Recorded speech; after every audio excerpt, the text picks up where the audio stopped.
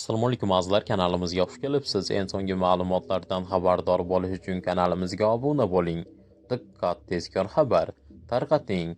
Bu yil ham Ramazon 29 kun davom etishi mumkin. Qo'shni Tojikiston Respublikasida Ramazon hayiti 30-mart kuni nishonlanishi e'lon qilindi. Bu haqda Respublika din ishlari bo'yicha qo'mitaga tayanib mahalliy nashrlar xabar berdi. Qayd etilishicha, bayram sanasi haqidagi yakuniy qaror Tojikiston ulamolar kengashining 27-mart payshanba kuni bo'lib o'tadigan yig'ilishida rasman tasdiqlanadi. Bu yil Rajab va Shabon oylari har biri 30 kundan bo'lgani uchun Ramazonning 29 kundan keyin tugash ehtimoli yuqori.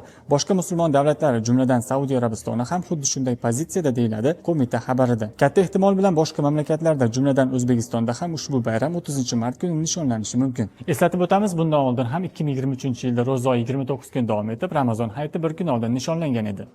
Bu ma'lumotni barchaga ulashib ogohlantirib qo'ying. Eng so'nggi xabarlar bizning kanalimizga obuna bo'ling.